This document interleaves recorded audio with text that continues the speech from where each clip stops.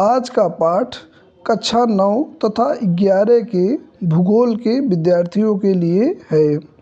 ठीक है, आज हम देखेंगे पहला पाठ। पहला पाठ क्या है?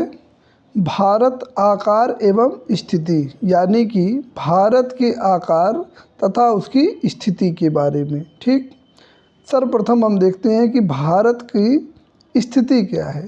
तो भारत की स्थिति उत्तरी गोलार्ध में स्थित है। उत्तरी गोलार्ध का अर्थ क्या हुआ? यहाँ देखिए एक शब्द है आपका गोलार्ध। गोलार्ध का मतलब हो गया कि गोले का आधा। मान लीजिए कोई गोला है, इसको दो भागों में बांट दिया जाए तो इसको बोलते हैं गोलार्ध। पृथ्वी भी एक गोले की ही तरह है, तो उसके बीचों बीच से जो 0 डिग्री की अक्षांश रेखा जाती है उसे दो बराबर भागों में बांटती है। तो इसके ऊपर वाला भाग उत्तरी गोलार्ध तथा नीचे वाला भाग दक्षिणी गोलार्ध होगा। तो भारत की स्थिति कहाँ है? उत्तरी गोलार्ध में है। ठीक है, इसको हम चित्र के माध्यम से इस प्रकार समझ सकते हैं। ठीक है, ये देखिए, ये है ग्लोब। इसमें भारत की स्थिति कहाँ है, किस गोलार्ध में, इसको देख लेते हैं। ये डॉटेड लाइन है। इस डॉटेड लाइन के ऊपर वाला जो भाग है ये उत्तरी गोलार्ध है और नीचे वाला जो भाग है दक्षिणी गोलार्ध है। तो भारत की स्थिति यहाँ है, अर्थात भारत उत्तरी गोलार्ध में स्थित है। अगला पॉइंट देखते हैं। भारत का मुख्य भाग, यानी इसका मुख्य भाग 8 डिग्री 4 मिनट उत्तर से लेकर 37 डिग्री 6 मिनट उत्तरी अक्षांश के बीच में है। अब देखिए एक शब्द आया है अक्षांश और एक होता है देशांतर। यहाँ देशांतरी विस्तार भी देखेंगे। तो अक्षांश एवं देशांतर के बारे में कक्षा 6 में ही पढ़ा दिया गया होगा, लेकिन हम थोड़ा जान लेते हैं कि अक्षांश एवं देशांतर रेखाएं क्या होती हैं। ये देखिए, मान लीजिए ग्लोब है या पृथ्वी है, तो इसके जो पूरब से पश्चिम की तरफ रेखाएं खींची जाती हैं इनको हम बोलते हैं अक्षांश रेखा। और अगर यहाँ उत्तर से दक्षिण या एक ध्रुव से मिलाने वाली, एक ध्रुव से दूसरे ध्रुव को मिलाने वाली रेखा खींची जाती है तो उसे हम देशांतर रेखा कहते हैं। तो भारत का अक्षांशीय विस्तार कितना है? 8 डिग्री 4 मिनट से लेकर 37 डिग्री 6 मिनट, यानी कि ये जो अक्षांश वाला विस्तार है, यानी भारत लंबाई में इतना हो जाएगा। ठीक है, दूसरा इसका देशांतरी विस्तार देखिए आप कितना है। देशांतरी विस्तार 68 डिग्री 7 मिनट से लेकर 97 डिग्री 25 मिनट के बीच में है। और 68 डिग्री 7 मिनट की रेखा कहाँ से गुजरती है? गुजरात से, यानी कि भारत का जो सबसे पश्चिमी राज्य है वो गुजरात है, जहाँ से उसकी सबसे पश्चिमी देशांतर वाली रेखा गुजरती है। और उसका सबसे पूर्वी भाग जो है वो अरुणाचल प्रदेश है। ठीक है, ये जो भी रेखाएं हैं, देखिए अक्षांश एवं देशांतर जब होगा, अगर किसी रेखा के साथ उत्तर या दक्षिण जुड़ा है तो अक्षांश रेखा हो जाएगी। अगर किसी रेखा के साथ पूर्व तथा या पश्चिम जुड़ा है तो वह जो है देशांतर रेखा हो जाएगी। ठीक है, तो भारत 68 डिग्री 7 मिनट से लेकर 97 डिग्री 25 मिनट कहाँ तक? पूर्वी देशांतर में। ठीक है, पूर्व में या पूर्वी देशांतर में, इसको ध्यान रखिएगा, ये पूर्वी देशांतर है। ठीक है, पूर्वी देशांतर में स्थित है। कर्क रेखा भारत के बीचों बीच से होकर गुजरती है। ठीक, और लगभग 2 बराबर भागों में बांटती है। भारत के मुख्य भाग के दक्षिण पूर्व में, दक्षिण पूर्व, पहले दिशा का भी अगर आपको ज्ञान नहीं है तो एक बार हम देख लेते हैं कि दिशाएं किस प्रकार से होती हैं। ये हमेशा, आप किसी भी दिशा को, उत्तर हमेशा ऊपर होगा, तो इस नाते दक्षिण हमेशा नीचे होगा। और दाहिनी तरफ हमारे ईस्ट होगा और बाईं तरफ हमारे वेस्ट होगा। तो कह रहा है दक्षिण पूर्व।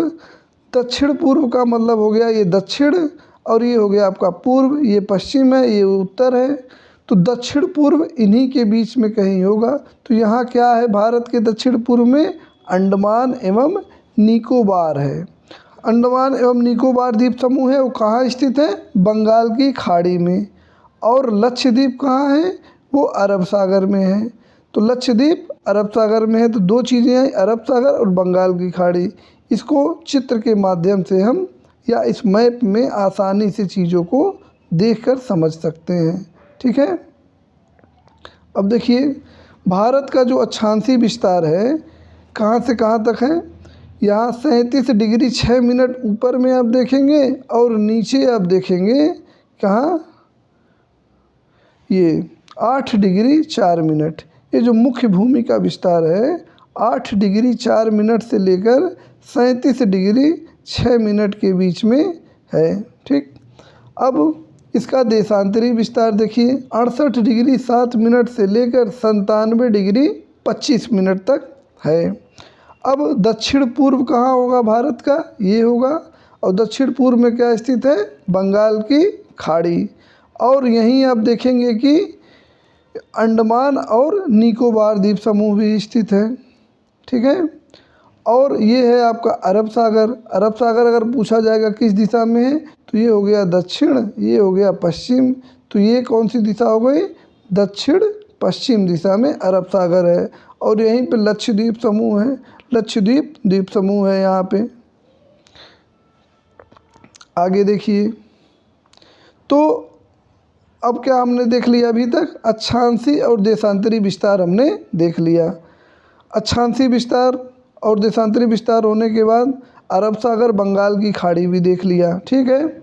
आगे आते हैं। अब भारत का आकार कैसा है?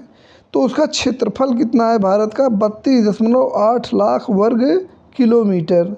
यह क्षेत्रफल दुनिया के यानी विश्व के कुल भाग का, जितनी भी विश्व में ज़मीन पाई जाती है उसका 2.4% भाग ही है। क्षेत्रफल है 32.8 लाख वर्ग किलोमीटर और विश्व का 2.4% भाग। विश्व का 7वां बड़ा देश है। विश्व का सबसे बड़ा देश कौन सा है? रूस है। आगे देखते हैं दूसरा बड़ा देश कौन सा हो जाएगा? कनाडा हो जाएगा। आगे हम देख लेंगे कि भारत से बड़े कौन कौन से देश हैं। अब भारत की स्थल सीमा की लंबाई कितना है? 15,200 किलोमीटर।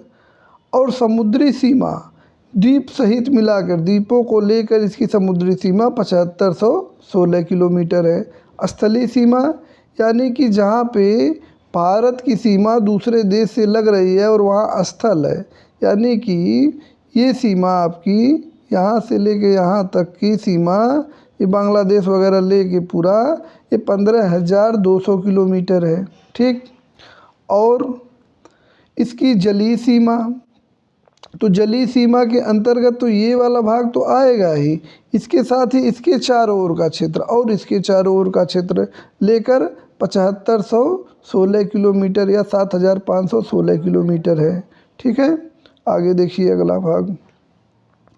भारत की अक्षांश एवं देशांतर दोनों का विस्तार लगभग 30 अंश है। अभी इसको समझ लेते हैं क्या चीज़ है। देखिए विस्तार कितना है? 30 अंश का है, परंतु पूर्व से पश्चिम का विस्तार और उत्तर से दक्षिण के विस्तार की अपेक्षा कम प्रतीत होता है। क्यों?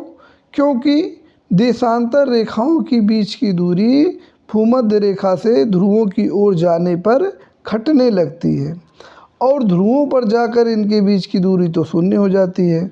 इसको समझ लेते हैं ये क्या कह रहा है। देखिए आगे यहाँ पे ये क्या है? यहाँ देखिए 37 डिग्री 6 मिनट है आपका, और इसमें से हम 8 डिग्री 4 मिनट जो यहाँ नीचे दिया गया है देशांतरी विस्तार, ये 8 डिग्री 4 मिनट को हम इसमें 37 डिग्री 6 मिनट से घटाएंगे तो लगभग उनके अंतर कितना आएगा? लगभग 30 का अंतर आएगा। ठीक है। 37 डिग्री 6 मिनट से 8 डिग्री 4 मिनट को घटाएंगे, लगभग 30 का अंतर आएगा, 29 दशमलव कुछ आएगा। ठीक है। इसी प्रकार 97 डिग्री यहाँ पे दिया है और यहाँ 68 डिग्री 7 मिनट है, इसको भी घटाएंगे, लगभग अंतर उतना ही आएगा। लेकिन इनके बीच की दूरी आप देखिए, अगर हम पूरब से पश्चिम 30 डिग्री का अंतर दोनों तरफ है, लेकिन पश्चिम से पूर्व की तरफ आप देखेंगे तो इनके बीच की दूरी 2933 किलोमीटर और उत्तर से दक्षिण के बीच की दूरी 3214 किलोमीटर है। ठीक, ऐसा क्यों है?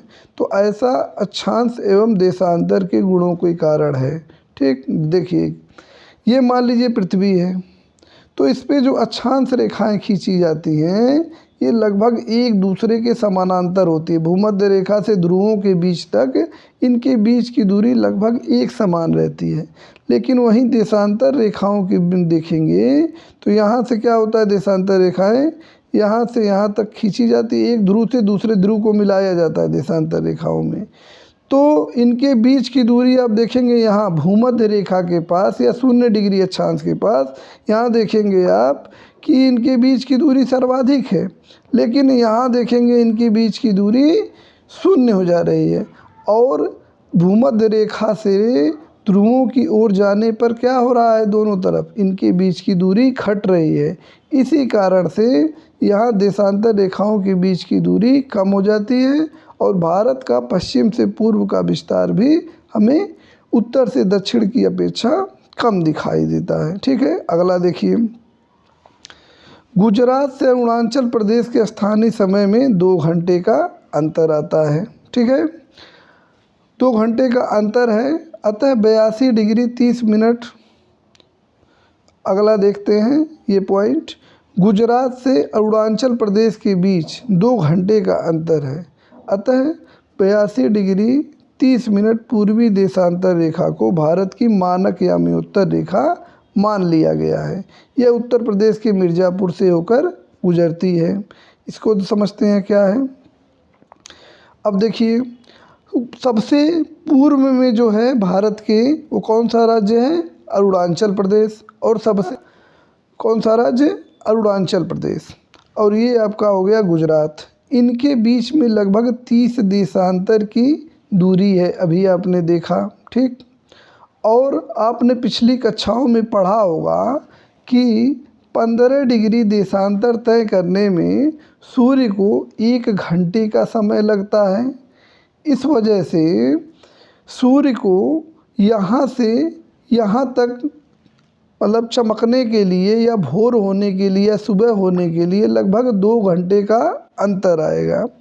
इसी को ध्यान में रखते हुए भारत ने एक मानक रेखा या मानक यामी-उत्तर रेखा, जो यहाँ देख सकते हैं मानक यामी-उत्तर रेखा ले रखी है, जिससे कि पूरे देश का एक समय हो सके या समय का निर्धारण किया जा सके।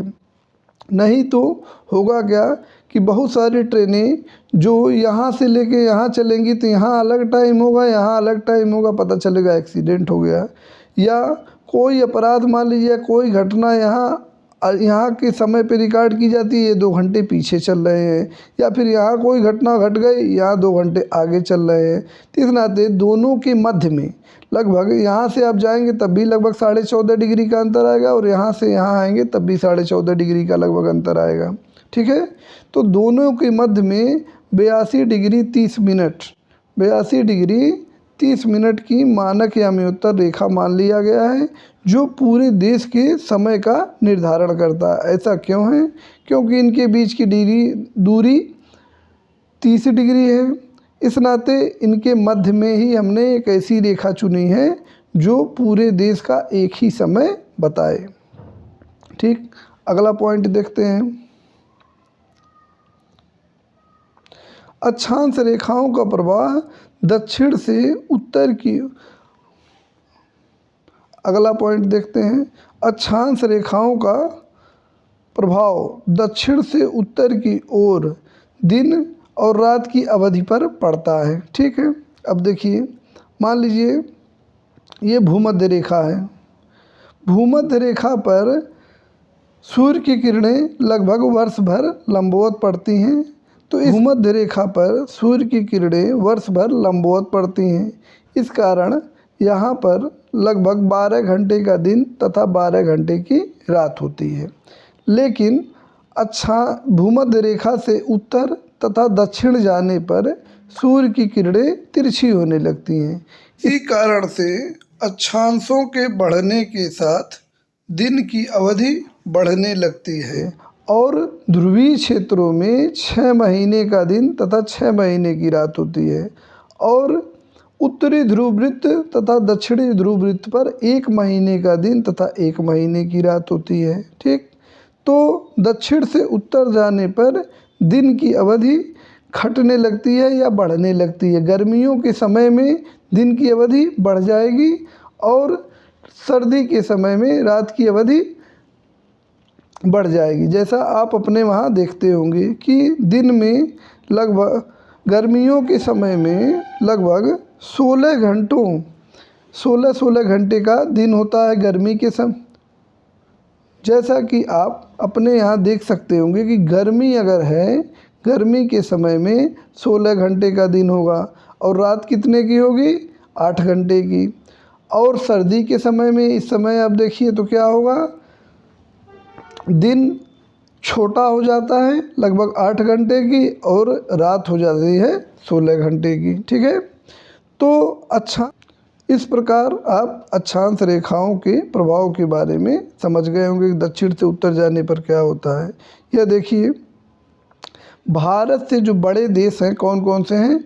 1 नंबर पे है आपका रूस, दूसरे पर है कनाडा, तीसरे पर है कौन, संयुक्त राज्य अमेरिका, चौथे पर है चीन, 5वें पर है ब्राज़ील, 6वें पर है ऑस्ट्रेलिया, 7वें पर है भारत। ठीक है, कहीं कहीं पे आपको चीन तीसरे पर दिखाई देगा, कहीं कहीं पे चौथे पर दिखाई देगा। ठीक है, आगे देखते हैं। आप में दिया गया ज्ञात कीजिए, ज्ञात कीजिए क्या ज्ञात करना है हमें। 82 डिग्री 30 मिनट देशांतर को भारत की मानक समय उत्तर क्यों माना गया है। इस प्रश्न को आपको लिख के ग्रुप में भेजना है। दूसरा क्या है, कन्याकुमारी और कश्मीर में दिन और रात की अवधि में अंतर क्यों होता है।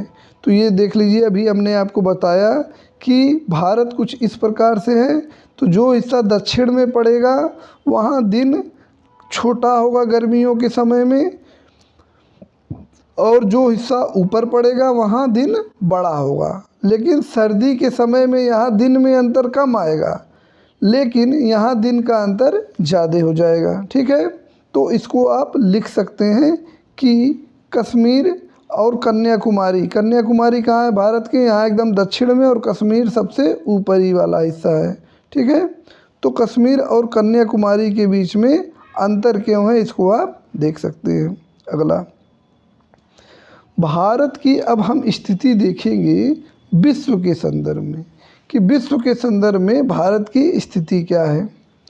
अब भारत कहाँ है, एशिया भूखंड के, एशिया भूखंड में है और एशिया महाद्वीप के पूर्व तथा पश्चिम के मध्य में है, पूर्व और पश्चिम के बीच में है।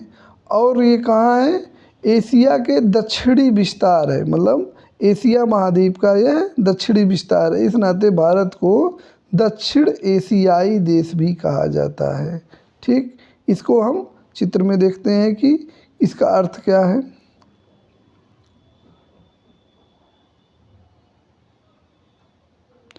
यहाँ हम डायग्राम के माध्यम से इस बात को समझने का प्रयास करते हैं। अब भारत अभी हमने आप देखा गया कि ये क्या है, उत्तरी गोलार्ध में है। तो महाद्वीप हैं कुछ जिनके नाम आपको हमेशा याद होने चाहिए। क्या है, उत्तरी अमेरिका है, दक्षिणी अमेरिका, अफ्रीका, यूरोप, और ये वाला भाग एशिया है। तो एशिया में भारत कहाँ है, ये न तो पश्चिम में बहुत है और पूर्व में भी नहीं है, इसी के बीच में है जो कथन में कहा गया है। और एशिया का दक्षिणी विस्तार भी है, इस नाते यह दक्षिणी एशियाई देश है। हिंद महासागर जो पश्चिम में यूरोपीय और पूर्व में एशियाई देशों को भारत से मिलाता है, भारत की केंद्रीय स्थिति प्रदान करता है। इसी कारण से क्या है, इसका महत्व, अगली लाइन पढ़ लेते हैं तब हम चित्र के माध्यम से इसको समझने का प्रयास करते हैं। हिंद महासागर में किसी देश की तटीय सीमा भारत जैसी नहीं है और भारत की इसी महत्वपूर्ण स्थिति के कारण इसका नाम हिंद महासागर पड़ा। हिंद का मतलब हो गया हिंदुस्तान, इसी आधार पर पड़ा है हिंद महासागर, या इसी को इंग्लिश में बोलते हैं इंडियन ओशन, ठीक है। इंडियन ओशन क्या है? हिंद महासागर है, ठीक है। और यह भारत के नाम पर पड़ा है, तो क्यों? उसकी केंद्रीय स्थिति के कारण। अभी हम समझ लेते हैं। एक और चीज़ देख लीजिए, स्वेज नहर। स्वेज नहर के खुलने से भारत और यूरोप के बीच की दूरी लगभग 7,000 किलोमीटर कम हो गई। तो इस चित्र के माध्यम से हम समझने का प्रयास करते हैं कि भारत की केंद्रीय स्थिति किस प्रकार से है। अब ये देखिए, हिंद महासागर है और भारत का तट एक प्रकार से पूरे हिंद महासागर में छाया हुआ है। इसी कारण से इसका नाम हिंद महासागर पड़ा है। इधर आप जाएंगे तो यहाँ कहीं आपको यूरोप दिखाई देगा और यहाँ कहीं आपको पूर्वी एशिया दिखाई देता है। ये चीन, जापान महत्वपूर्ण देश हैं। तो इनके बीच में ही भारत है। अगर अगर यूरोप जाना है किसी को तो कैसे जाएंगे? यहाँ से होकर हिंद महासागर से होकर गुजरते हैं, या मलक्का या मलेशिया के और सिंगापुर के बीच में मलक्का की खाड़ी है, यहाँ से होते हुए ही भारत जाते हैं, ठीक है। तो ये जो क्षेत्र है, ठीक है, इसको और अच्छे से यहाँ देखा जा सकता है।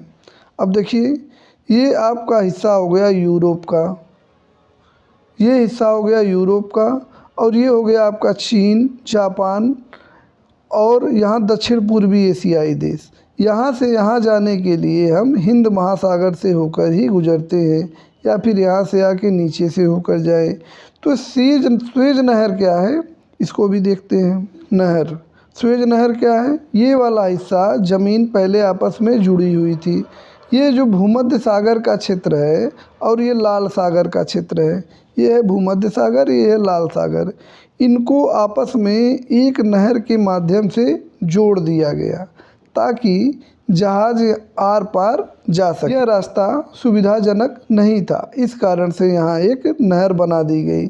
इसी नहर को ही स्वेज नहर कहते हैं। नहीं तो भारत से ब्रिटेन जाने के लिए कुछ इस प्रकार का रास्ता पकड़ना पड़ता था। ये ऐसे घूम के अब जाते हैं हम यहाँ। अब हम यहाँ से शॉर्टकट लेंगे और यहाँ से यहाँ पहुँच जाएंगे। इस कारण से भारत और यूरोप के बीच में 7,000 किलोमीटर की दूरी कम हो गई, नहीं तो ये लगभग दूरी बढ़ जाती थी जो 7,000 किलोमीटर तक थी। भारत का विश्व के देशों के साथ बहुत पुराना संपर्क है, ठीक है।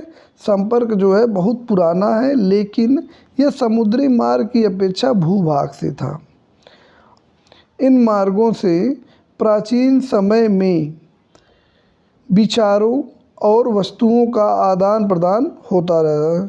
भारत का पश्चिम, मध्य और पूर्वी एशिया तथा दक्षिणी पूर्वी एशियाई देशों के साथ बहुत महत्वपूर्ण या अद्भुत संपर्क रहा है। अभी हम समझ लेते हैं क्या है ये। मध्य एशिया, पश्चिमी एशिया, दक्षिण पूर्व एशिया, पूर्वी एशिया। अब भारत का संपर्क सभी क्षेत्रों में प्राचीन काल से ही रहा है, लेकिन यह संपर्क स्थलीय भागों से था। यहाँ तक कि यूरोप से भी संपर्क था, लेकिन इस रास्ते जो स्थल पड़ता है।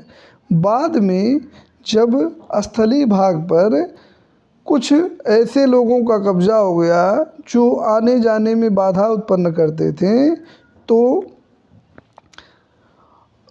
यूरोप वासियों द्वारा भारत आने के लिए इस रास्ते की खोज की गई, ठीक है। तब से समुद्री संपर्क यूरोप से बढ़ गया, नहीं तो उससे पूर्व हम स्थलीय मार्ग से ही ज़्यादातर व्यापार करते थे।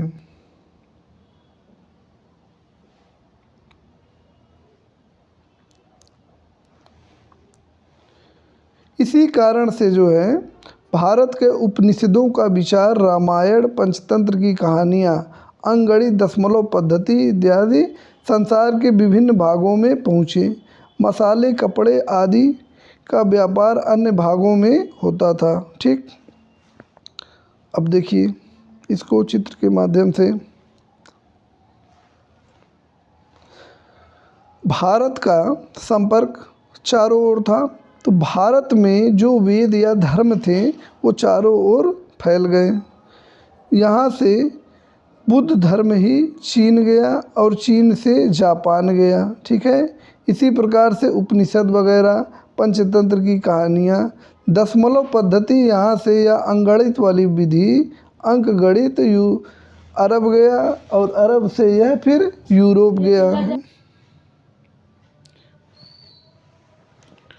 भारत के पड़ोसी देश, तो भारत कहाँ है?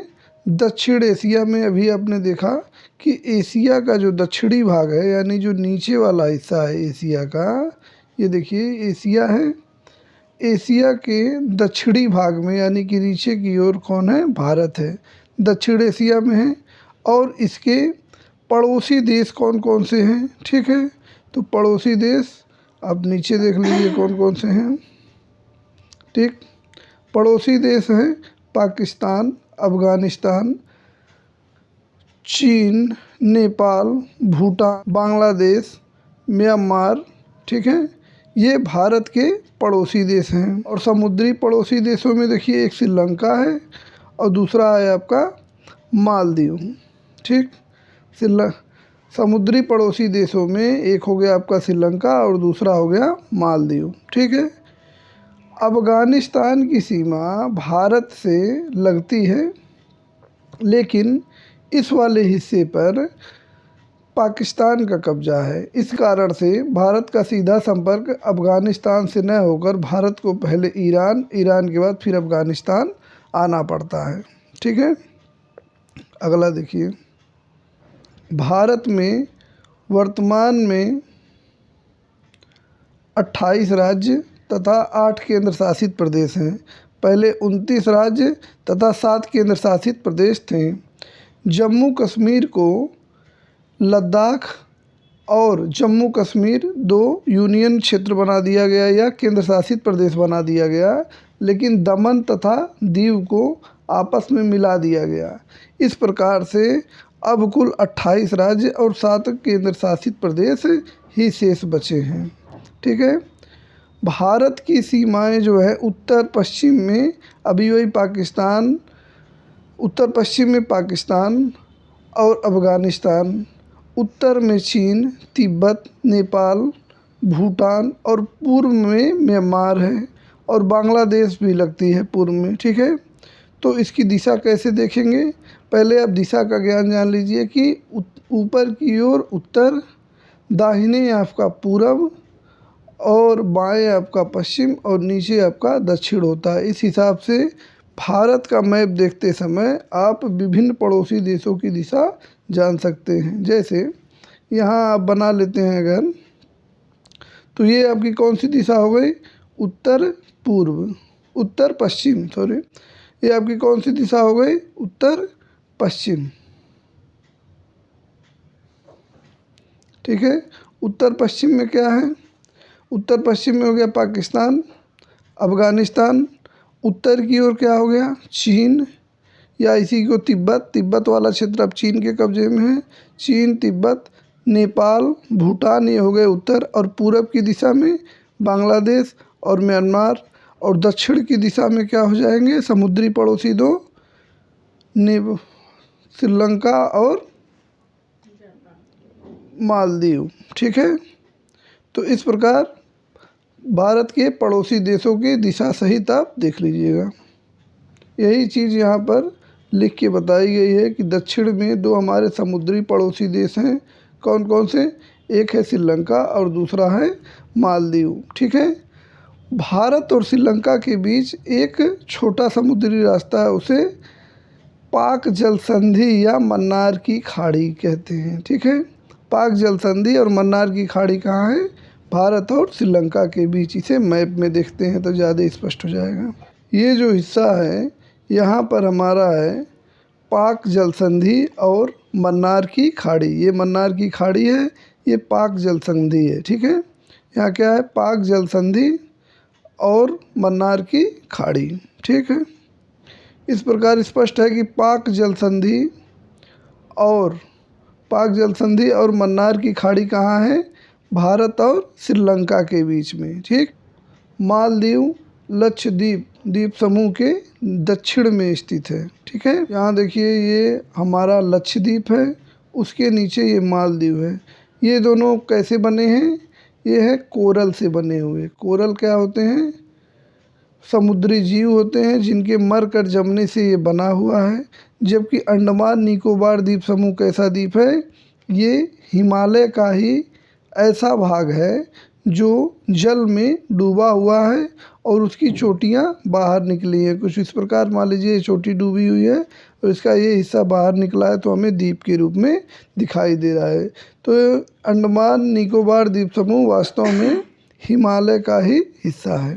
ठीक है, जबकि लक्षद्वीप और मालदीव कोरल द्वीप हैं। ठीक, ये कुछ प्रश्न दिए गए हैं जो आपकी पुस्तक से ही लिया गया है। पश्चिमी और पूर्वी तटों पर स्थित केंद्र शासित प्रदेशों की संख्या ज्ञात करनी है। ठीक है, दूसरा प्रश्न क्या है कि सबसे बड़ा और सबसे छोटे राज्य का नाम। कौन सा राज्य अंतर्राष्ट्रीय सीमा और समुद्री तट से स्पर्श नहीं करता है? पाकिस्तान, चीन, म्यांमार तथा बांग्लादेश की सीमा को छूने वाले राज्यों के नाम बताना है। ठीक है, ये गलत टाइप हो गया है। पाकिस्तान, चीन तथा म्यांमार और बांग्लादेश की ये एक लिस्ट बनाना है। इसको किस प्रकार से बताएंगे? इसको एक लिस्ट बना लेंगे, 4 वर्गों में बांट लिया जाएगा। जैसे यहाँ पे हो गया आपका चीन, यहाँ पाकिस्तान, फिर यहाँ पे अब जो है म्यांमार, यहाँ बांग्लादेश। सीमाओं को छूने वाले राज्यों के नाम। ये होमवर्क है जिसको करके आप ग्रुप में भेजेंगे। ठीक है, धन्यवाद।